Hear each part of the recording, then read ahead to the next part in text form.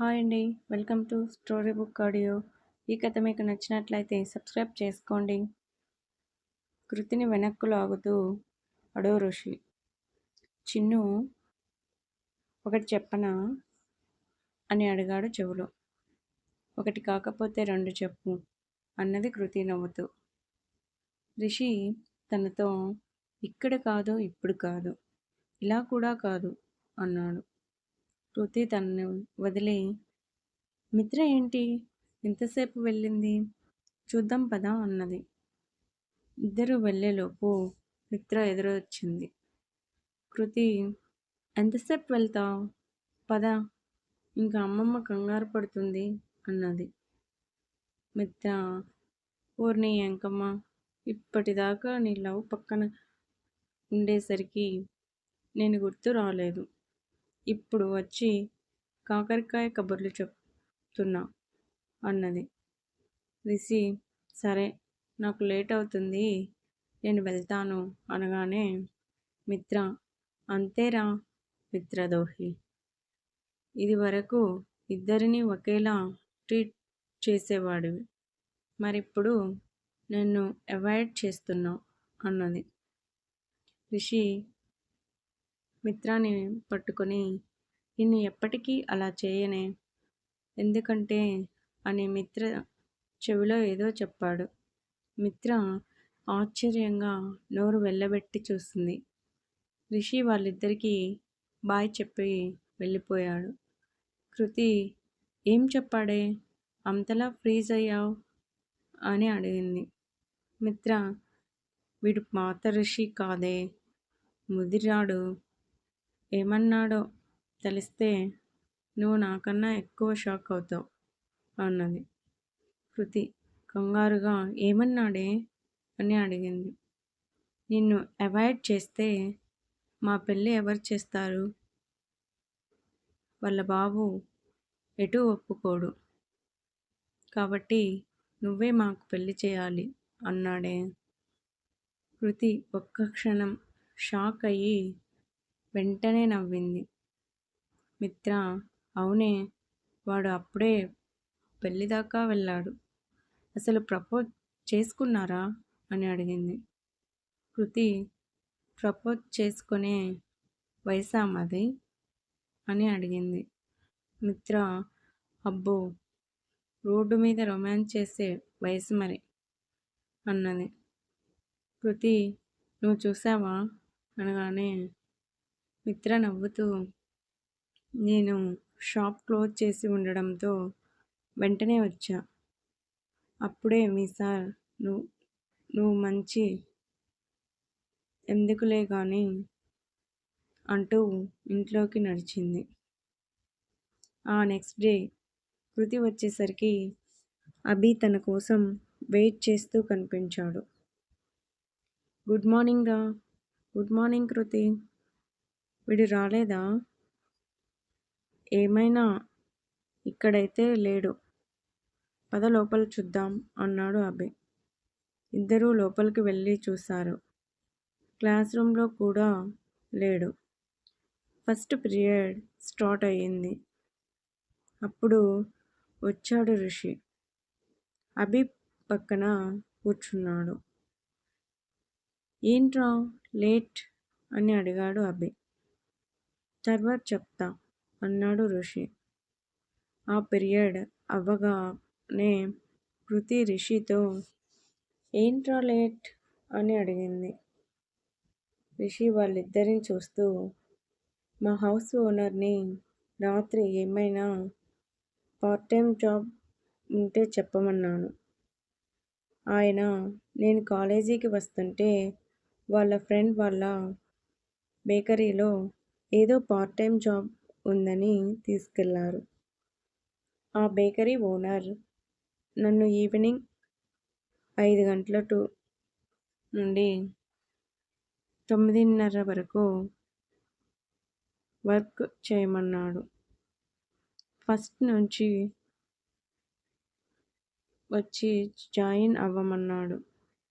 అది విని అభి, రిషి, ఇప్పుడు అంత అవసరమా, హాయిగా చదువుకోరా అన్నాడు. రిషి: నీకు తెలుసు కదరా, నా గోల్ రీచ్ అవ్వాలంటే నేను కష్టపడాలి. మా అమ్మ ఇచ్చే మనీ నా చదువుకు, రూమ్ రెంట్‌కి సరిపోతుంది. అందుకే నా డాన్స్ క్లాస్‌కి, కరాటీకి, ఇంకా యాక్టింగ్ కోర్స్‌కి నేను సంపాదించుకుంటా అన్నాడు. అభి: పోనీ ఒక పని చెయ్. మా నాన్నతో మాట్లాడి నీకు యాక్టింగ్ ఇంట్రెస్ట్ కనుక అయన్నీ నీకు హెల్ప్ చేయమని అడుగుతా అన్నాడు. రిషి: వద్దురా, నేను మా అమ్మనే అడగలేదు. నాకు నేను సంపాదించుకోవాలి, కష్టపడాలి అన్నాడు. అభి: నువ్వైనా చెప్పు కృతి వీడికి అన్నాడు. కృతి: తను అంత గట్టిగా నిర్ణయించుకున్నా మనం ఫోర్స్ చేయకూడదు అభి అన్నది. రిషి: మీ ఇద్దరికీ థ్యాంక్స్ అన్నాడు. ఆ రోజు ఈవినింగ్ ఆడిటోరియంలో అభి మిమిక్రీ, రిషి డాన్స్కి నేమ్స్ ఇచ్చారు. రిషి రూమ్కి వెళ్ళి డాన్స్ ప్రాక్టీస్ చేశాడు. అది చూసి చాణక్య, శ్రీకాంత్ ఆశ్చర్యపోయారు. శ్రీకాంత్: ఒరే రిషి, నువ్వు నా మాట విని సినిమాలలో ట్రై చేయి, సూపర్గా చేశావ్ అనగానే చాణక్య అవునన్నట్లుగా తల ఊపాడు. రిషి: మీకు చెప్పలేదుగా, నా యాంబిషన్ అది, ఎప్పటికైనా హీరో అవ్వాలని అన్నాడు. చాణక్య: అవును, నిన్నటి నుంచి చూస్తున్నా. కృతి, అభి నువ్వు ఒక చోట ఉంటారు, ఎప్పటినుంచో ఫ్రెండ్స్ అని అడిగాడు. రిషి: 9th నుంచి. వాళ్ళిద్దరూ కాకుండా ఇంకో ఫ్రెండ్ మిత్ర, తను బెస్ట్ ఫ్రెండ్. వాళ్ళ ముగ్గురు అంటే నాకు చాలా ఇష్టం అన్నాడు. రిషి: అవును, ఓనర్ ఆంటీకి ఏం చెప్తాం, ఫుడ్ అరేంజ్ చేసేమందామా అనగానే వాళ్ళిద్దరూ సరే అన్నారు. నెక్స్ట్ డే కాలేజీలో అంతా సందడిగా ఉంది. కృతికి కూడా స్నేహ, హిమ అని ఇద్దరు ఫ్రెండ్స్ అయ్యారు.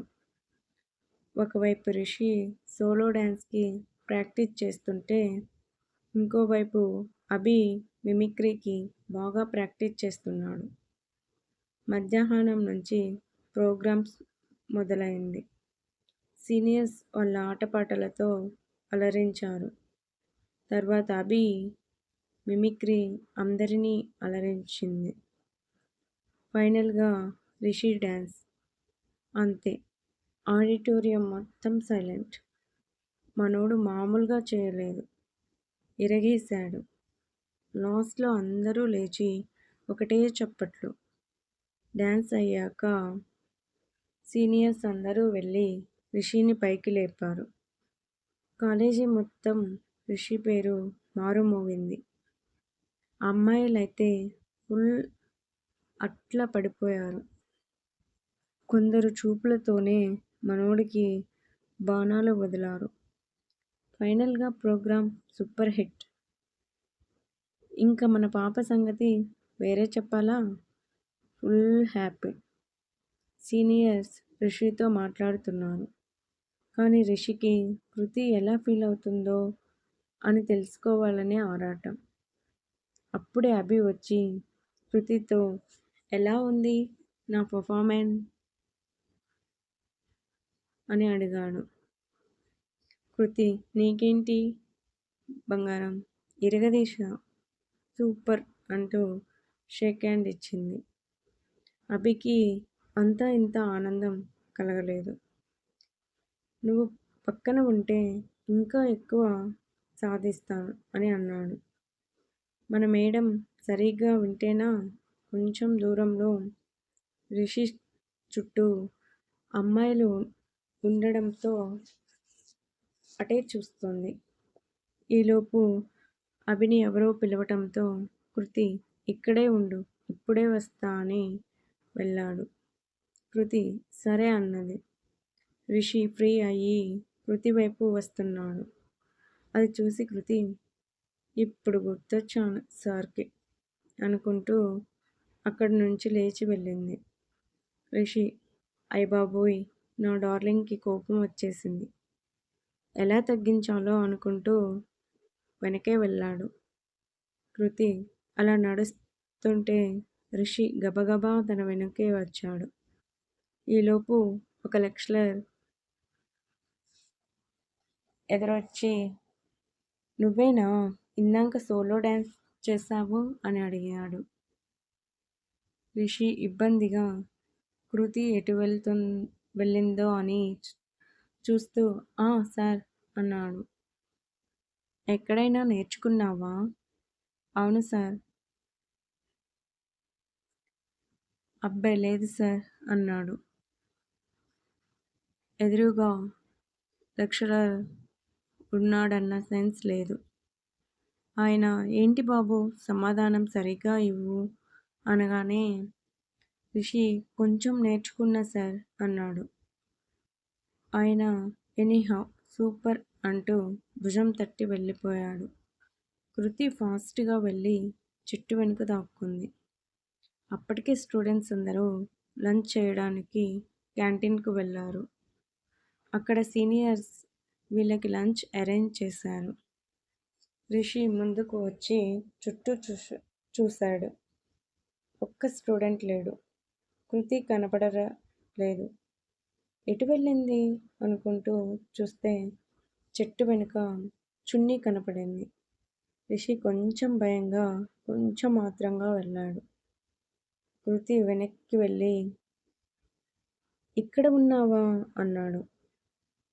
కృతి సీరియస్గా, నేను ఎక్కడ ఉంటే నీకెందుకు అన్నది. రిషి అదేంటి చిన్ను, ఎంతోమంది పొగిడినా నాకు నువ్వు చెప్పేదే ముఖ్యం. ఇప్పుడు చెప్పు, ఎలా ఉంది నీ రిషి పర్ఫార్మెన్స్ అని అడిగాడు. కృతి కోపంగా, అయ్యో, నీకు చెప్పటానికి చాలామంది టక్కులాడీలు ఉన్నారు, వెళ్ళి వాళ్ళని అడుగు అన్నది. రిషి కృతిని తన వైపు తిప్పుకొని, అదేంట్రా అలా అంటావు? నేనేం చేయను, వాళ్ళంతా మన సీనియర్స్. మనకు అంత పెద్ద పార్టీ ఇస్తుంటే వాళ్ళని వదిలేసి నీ దగ్గరికి వస్తే ఎలా? ఏమైనా బాగుంటుందా? నువ్వే చెప్పు. నా బంగారం కదూ, సారీరా అన్నాడు.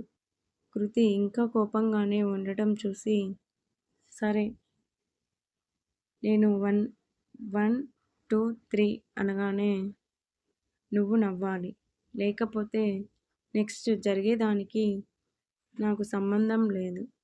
1, 2, 3. కృతి ఇంత కూడా నవ్వలేదు. రిషి తనని దగ్గరకు లాక్కొని, సారీ, ఇక నుంచి ఇలా అంటూ 2 బుగ్గల మీద తర్వాత పెదవుల మీద ముద్దు పెట్టేశాడు. కృతి షాక్. ఏయ్, ఏంటి ఇది అని చేతులతో మొహం మూసుకుంది. రిషి తన చేతులు తీసి చూశాడు. కృతి మోము సిగ్గుతో ఎర్రబడింది. రిషి కోపం పోయిందా లేదంటే అంటూ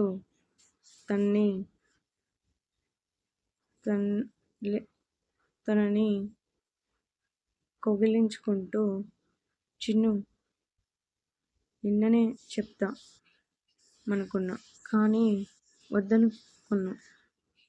ఇప్పుడు చెప్పక తప్పటం లేదు. ఐ లవ్ యూ అన్నాడు. కృతి తన నుంచి విడిపించుకుంటూ, సరే పద లంచ్ చేద్దాం, అభి వెయిట్ చేస్తుంటాడు అన్నది. రిషి నాకు రిప్లై ఇవ్వలేదు నువ్వు అన్నాడు. కృతి తనని లాక్కొచ్చి చెయ్యి వదిలి, నువ్వేంటి ఇలా ఇప్పుడు ఇక్కడ చెప్పావు, కానీ నేను ఎలా ఎక్కడ ఎప్పుడు చెప్తాను, వెయిట్ చేయి అని నవ్వింది. రిషికి ప్రపంచాన్ని జయించినంత ఆనందం కలిగింది. ఇది లవ్‌లో సెకండ్ స్టేజ్. మన లవ్ యాక్సెప్ట్ చేస్తే అభి కృతి ఫోన్‌కి కాల్ చేశాడు. కృతి లిఫ్ట్ చేసి చెప్పరా అన్నది. అభి ఎక్కడున్నావ్ అని అడిగాడు. క్యాంటీన్ ఎంట్రన్స్ దగ్గరకు రా అని ఫోన్ కట్ చేసి రిషితో ఇంక పద వాడు మన కోసం వెయిటింగ్ అన్నది. రిషి నాకు ఆకలి లేదు అన్నాడు అదో రకంగా. కృతి నీ వేషాలు కట్టిపెట్టి పద నాకు ఫుల్ ఆకలి అన్నది. ఇద్దరూ క్యాంటీన్ వైపు వెళ్ళారు. నెక్స్ట్ డే కాలేజీకి సెలవు ఇచ్చారు. సుప్రజ వాళ్ళ అమ్మమ్మ బజారు వెళ్ళారు. మిత్ర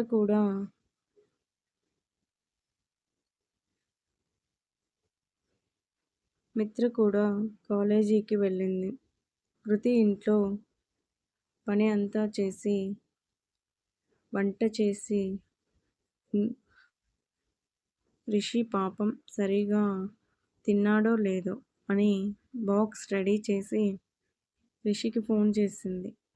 అక్కడ బాబు ఫుల్ స్లీప్లో ఉన్నాడు. కాల్ లిఫ్ట్ చేయలేదు. మళ్ళీ చేసింది. చాణిక్య రిషిని లేపాడు. రేయ్ హీరో ఎవరో చిన్ను అంట కాలింగ్ అన్నాడు. అంతే మనోడు ఒక్క దెబ్బకు లేచి కూర్చున్నాడు. ఫోన్ తీసుకొని లిఫ్ట్ చేసి చెప్పు చిన్ను అన్నాడు. కృతి తన వాయిస్ విని అయ్యో నిద్రపోతున్నావా బంగారం, సారీ లేపినందుకు అన్నది. రిషి ఏం పర్వాలేదు, ఏంటి సంగతులు అని అడిగాడు. కృతి నీకోసం లంచ్ ప్రిపేర్ చేశాను, బాక్స్ ఇద్దామని అన్నది. రిషి హౌ స్వీట్, మరి రమ్మంటావా అని అడిగాడు. కృతి ఇంట్లో ఎవ్వరూ లేరు, వస్తే బాగోదు, నేనే వస్తా, కృష్ణకాంత్ పార్క్ దగ్గరకు నువ్వు రా అన్నది. రిషి అది విని ఇంట్లో ఎవ్వరూ లేరా, మరి ఇప్పుడే కదా నేను రావాలి అన్నాడు. కృతి మొహం పగులుతుంది, నోరు మూసుకొని పార్కు దగ్గరకు రా అన్నది. రిషి 10 నిమిషాల్లో ఉంటా అని ఫోన్ పెట్టేశాడు. ఇంకో 10 నిమిషాల తర్వాత ఇద్దరు పార్కు దగ్గరలో కలిశారు. ఇద్దరూ లోపలికి వెళ్తుంటే కృతి రేయ్ ఇప్పుడే చెప్తున్నా, నిన్నలా అడ్వాంటేజ్ తీసుకుంటే ఊరుకోను అన్నది. రిషి ఏదో జెంటిల్మెన్ ఆఫ్ ఇండియాలా తల అడ్డంగా ఊపి నోటితో సౌండ్ చేశాడు, నేను అలాంటి వాడిని కాదన్నట్లుగా. ఇద్దరూ లోపలికి వెళ్ళి కూర్చున్నాక రిషి ఏం చేశా, అసలే టిఫిన్ కూడా తినలేదు, ఫుల్ ఆకలి అన్నాడు. కృతికి కళ్ళ వెంబడి నీళ్లు కారాయి. అది చూసి రిషి ఇప్పుడు ఏమైంది ఏడుస్తున్నావు అన్నాడు కంగారుగా. కృతి బాక్స్ ఓపెన్ చేసి ఏం లేదు, రేపటి నుంచి కాలేజీకి టిఫిన్ తెస్తా అన్నది. రిషి అలా వద్దు, చాణిక్య శ్రీకాంత్ ఇద్దరూ ఉన్నారుగా, ఇవాళ వాళ్ళు వెళ్తూ లేపారు మార్నింగ్, నేను నిన్న డాన్స్కి అలసిపోయి వెళ్ళలేదు అన్నాడు. కృతి బాక్స్ తీసి నీకిష్టమని టమోటో పప్పు ఆలు ఫ్రై చేశా అని ఇచ్చింది. రిషి తింటూ అసలు ఇంత బాగా ఎలా చేశావే, అదిరిపోయింది అంటూ అనేశాడు. తినటం అయ్యాక రిషి వాటర్ త్రాగి మిత్ర ఏమందో తెలుసా అన్నాడు. కృతి ఏమన్నదో అన్నది. నేను లక్కీ ఫెలో అని, ఎందుకో నీవు వంట బాగా చేస్తావని. అబ్బా వంట బాగా చేస్తే నువ్వు అదృష్టవంతుడివా, అంతేగా, అది ఎలా, మనకు పెళ్ళయ్యాక నువ్వు రోజు ఇంత బాగా వంట చేస్తే ఇలా ఉన్న నేను దుబ్బుగా అయిపోతా అంటూ నవ్వాడు. కృతి ఏంటి రిషి అప్పుడే పెళ్లి దాకా వెళ్ళావు? దానికి చాలా టైం ఉంది అన్నది. రిషి, నాకు తెలుసమ్మా. నేను చెప్పేది ఆఫ్టర్ మ్యారేజ్. ఇంకో 5-6 ఇయర్స్ తర్వాత అనుకో అన్నాడు. కృతి సిగ్గుపడుతూ, నేను ఇంకా నీ ప్రపోజల్ ఒప్పుకోలేదు అన్నది. రిషి, నువ్వు ఒప్పుకోలేదు, కానీ ఒప్పుకుంటా అన్నాడు చాలా కాన్ఫిడెంట్గా. కృతి, అదెలా చెప్తున్నావు అన్నది. రిషి, ఎందుకంటే నువ్వు కూడా నన్ను లవ్ చేస్తున్నావు కాబట్టి. ఎందుకంటే నువ్వు నా కిస్సులు తీసుకున్నావు కాబట్టి.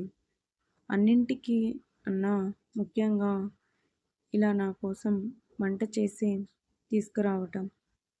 నేను తినలేదంటే నువ్వు బాధపడ్డావు. ఇవన్నీ చాలు. నువ్వు నా ప్రపోజల్కి మనస్సులో ఒప్పుకున్నా, పైకి మాత్రం మనకి ఇంకా అంత మెచ్యూరిటీ రాలేదని ఆగావు అంతేగా అన్నాడు. కృతి, నువ్వు మెచ్యూరిటీ గురించి నువ్వు చేసే పనులు అని తల కొట్టుకుంది. రిషి అందంగా నవ్వాడు. కృతి అలాగే చూస్తుంటే రిషి ఏంటి అన్నాడు.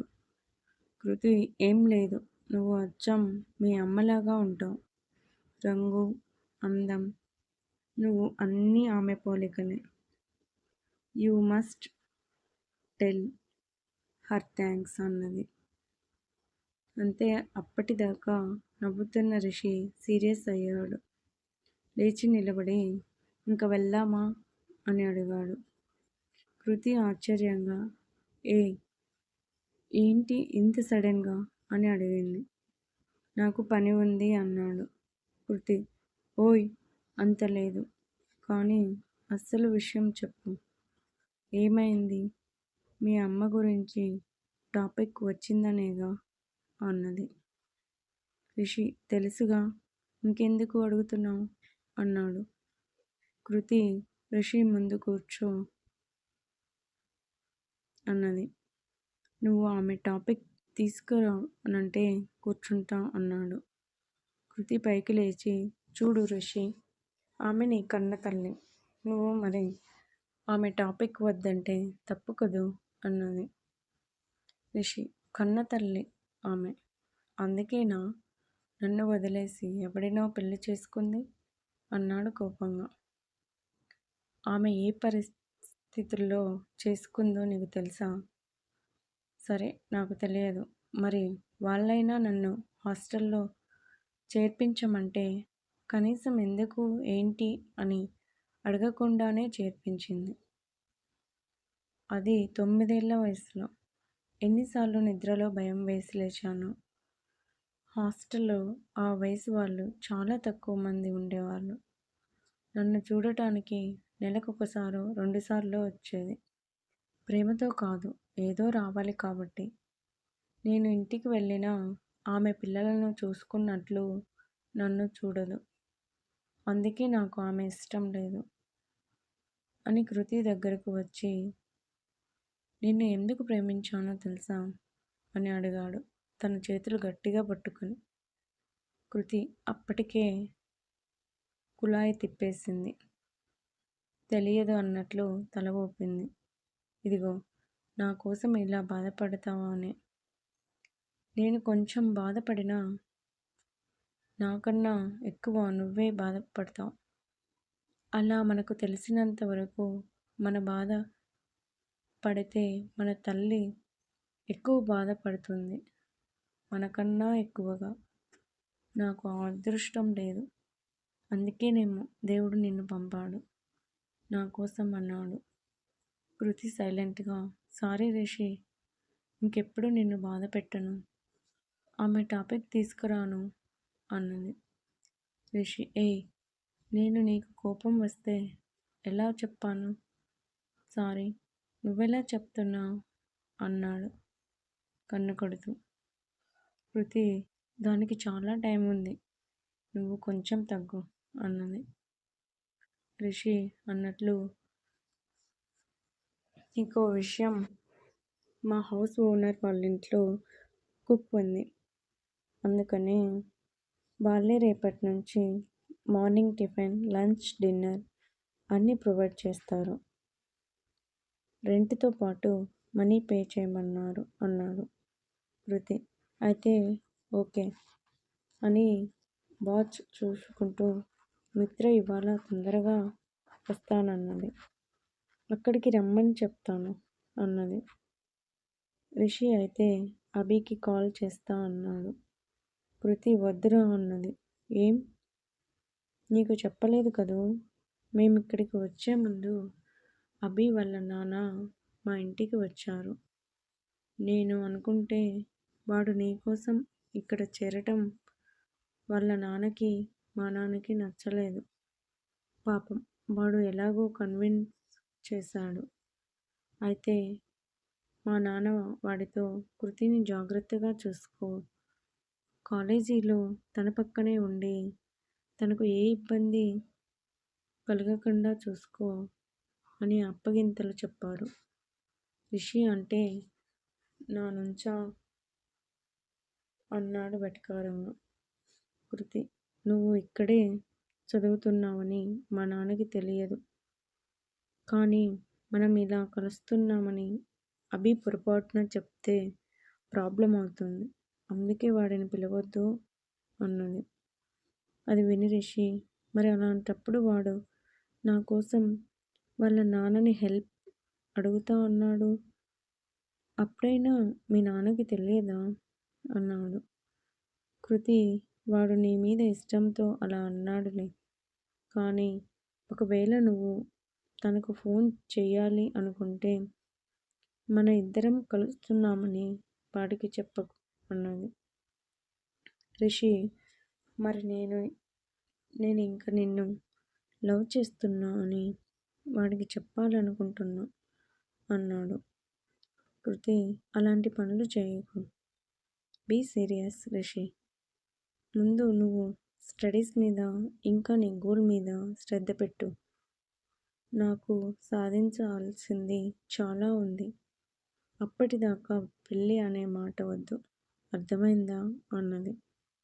రిషి తల వెనక్కి చేతులు పెట్టుకొని అంటే ప్రేమ అనే మాట మాట్లాడొచ్చు అంతేగా అన్నాడు. కృతి చిరుకోపంగా చూసింది. మిత్రకి కాల్ చేసి రమ్మన్నది. అయితే కృతి అభి సంగతి చెప్పలేదు మిత్రకి. మిత్ర తను వస్తూ అభికి కాల్ చేసింది. ఎక్కడ అభి? ఇంట్లోనే నువ్వు? నేను పార్కు వెళ్తున్నా. కృతి రిషి అక్కడే ఉన్నారు. అభి అవునా నాకు చెప్పలేదు అన్నాడు. మిత్ర చేస్తారేమో చూడు. వచ్చేయ్ నేను వెయిట్ చేస్తుంటా. నాకు నీకోసం బాయ్ అంటూ పెట్టేసింది. అభి ఫోన్ పెట్టి రిషికి కాల్ చేశాడు. రిషి అది చూసి అభి కాల్ చేస్తున్నాడు. మిత్ర చెప్పిందేమో అన్నాడు. కృతి అవును కదా నేను తనతో చెప్పనే లేదు. సరే రమ్మను. మన ఇద్దరం ఇప్పుడే వచ్చామని చెప్దాం. లేకపోతే పాపం ఫీల్ అవుతాడు అన్నది. రిషి కాల్ లిఫ్ట్ చేశాడు. ఎక్కడ రిషి అని అడిగాడు. కృతి నేను ఇప్పుడే పార్కుకి వచ్చాం. మిత్రకి కాల్ చేశా. నీకే చేస్తుంటే నువ్వే చేశావు. నువ్వు రా అన్నాడు. అభి సరే అని ఫోన్ పెట్టేశాడు. కృతి ఏదో ఆలోచిస్తుంటే ఏంటి సైలెంట్గా అయ్యావు అని అడిగాడు. నువ్వు ఏం అంటే చెప్తా. అయితే నేను ఏం అనుకోను విధంగా చెప్పు. అది ఈ మధ్య మనం అభిని అవాయిడ్ చేస్తున్నట్లు అనిపించింది అని అంటుండగా రిషి పొట్టి మనం కాదు నువ్వు అన్నాడు. సరే అలాగే అనుకో. నేనే వాడిని అవాయిడ్ చేస్తున్నా కదా వాడేమైనా ఫీల్ అవుతాడేమో అన్నది. రిషి నవ్వుతూ నిన్ను ఒకటి అడగనా? నాకు బెస్ట్ ఫ్రెండ్స్గా నువ్వు మిత్ర, ఇద్దరూ ఒకటే.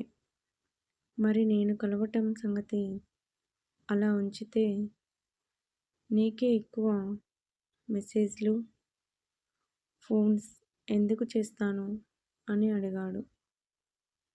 కృతి అది వేరు, ఇది వేరు అన్నది. రిషి వేరు కాదు, కాడం కాదు. ఎందుకంటే మనకు తెలియకుండానే నేను నీకు, నువ్వు నాకు, వాళ్ళిద్దరికంటే ఎక్కువయ్యాము. అంటే ఇది నేనే చెప్పాలా? మన ఇద్దరం బెస్ట్ ఫ్రెండ్స్ కాదు, లవర్స్ అన్నాడు. అప్పుడే అక్కడికి వచ్చిన మిత్ర, దొరికావురా రిషి,